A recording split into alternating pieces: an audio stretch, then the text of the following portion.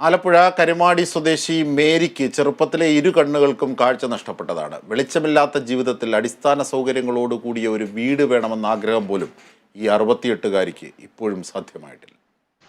2.5 വയസ്സിലാണ് മേരിയുടെ കണ്ണുകൾക്ക് വെളിച്ചം നഷ്ടമായത്. അന്ധതയിലും മറ്റുള്ളവർക്ക് വെളിച്ചം നൽകാനായി ശ്രമിച്ചുകൊണ്ടേയിരുന്നു. ബ്ലൈൻഡ് സ്കൂളിലെ കുട്ടികൾക്ക് ക്ലാസ് എടുത്ത് ജീവിതം മുന്നോട്ട് കൊണ്ടുപോയ മേരി ഈ ജോലി ഉപേക്ഷിച്ച് സുവിശേഷ വേലയ്ക്കായി ഭർത്താവ് ജോർജിന്റെ കൂടെ വീടുകൾ കയറി. ജോർജിന്റെ കണ്ണുകൾക്കും കാഴ്ചയില്ലായിരുന്നു.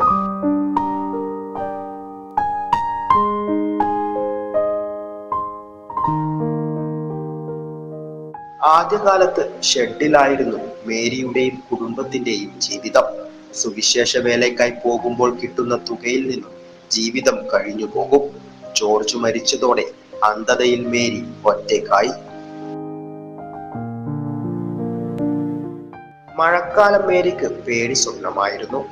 വെള്ളം കയറിയാൽ മേരിയും മകനും ഭാര്യയും കുട്ടികളും അടങ്ങുന്ന കുടുംബം വെള്ളത്തിനടിയിലാകും. ലൈഫ് മിഷനിൽ ഉൾപ്പെടുത്തി വീട് പണി തുടങ്ങിയെങ്കിലും 2018 പ്രളയത്തിൽ ആർത്തലച്ചു വന്ന വെള്ളം ഈ കുടുംബത്തിന്റെ പ്രതീക്ഷകളെ കടമുഴക്കി. പഞ്ചായത്തിൽ നിന്ന് ലൈഫ് മിഷൻ അനുസരിച്ച് സ്കീം അനുസരിച്ച് ഒരു വീട് അനുവദിച്ചിരുന്നു. എന്നാൽ അന്ന് അതിന് മുൻപായി AY പ്രകാരം അവര് എനിക്കൊരു വീട് അനുവദിച്ചെങ്കിലും ആദ്യ ഗഡുവായി തന്നിരുന്ന 25 രൂപ എനിക്ക് വീടിന് വേണ്ടി പ്രയോജനപ്പെടുത്താൻ കഴിയാതെ പോയി. കാരണം ഭൂമി ഒരു നിലമായതുകൊണ്ട് അവിടെ കുഴിയായിരുന്നു, നല്ല കുഴിയും ഒക്കെ ആയിരുന്നുകൊണ്ട് അത് നികത്താൻ വേണ്ടി ഞാനത് പ്രയോജനപ്പെടുത്തി.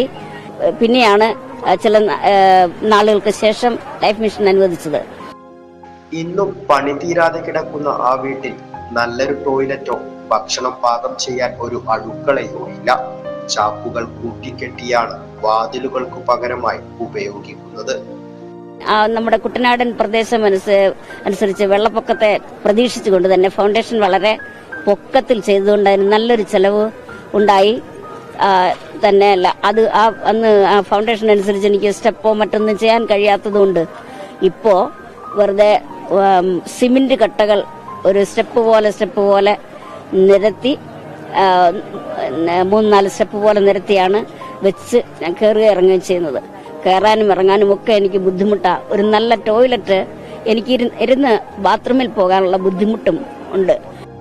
വെള്ളം കയറുന്ന പതിവ് ഉള്ളതിനാൽ വീടിന്റെ തറഭാഗം ഉയരത്തിലാണ് നിർമ്മിച്ചത്. ഇതിൽ നിന്നും വീണ് മേരിയുടെ തലയിൽ പരിക്കേൽക്കുകയും ചെയ്തു. മകൻ ഓട്ടോ ഓടിച്ചു കിട്ടുന്ന വരുമാനത്തിലാണ് ഈ കുടുംബം മുന്നോട്ടു പോകുന്നത്. വാടക ഓട്ടോ ആയതിനാൽ അന്നുള്ള വരുമാനം മാത്രമാണ് ലഭിക്കുക. മേരിക്ക് വികലാംഗ പെൻഷൻ ലഭിക്കുന്നുണ്ടെങ്കിലും ഒരു വീടെന്ന സ്വപ്നം യാഥാർത്ഥ്യമാകണമെങ്കിൽ അർഹമായ ആനുകൂല്യങ്ങൾ നൽകാൻ അധികാരികൾ തയ്യാറാകണം. അല്പനേരം കണ്ണടച്ചു നിൽക്കാൻ ബുദ്ധിമുട്ടുന്നവരാണ് നമ്മൾ. ചെറുപ്പം മുതലേ ഇരു കണ്ണുകൾക്കും കാഴ്ച നഷ്ടപ്പെട്ട മേരിയുടെ ജീവിതത്തിലേക്ക് ഈ 68-ാം വയസ്സിലും വെളിച്ചം വീണു തുടങ്ങിയിട്ടില്ല.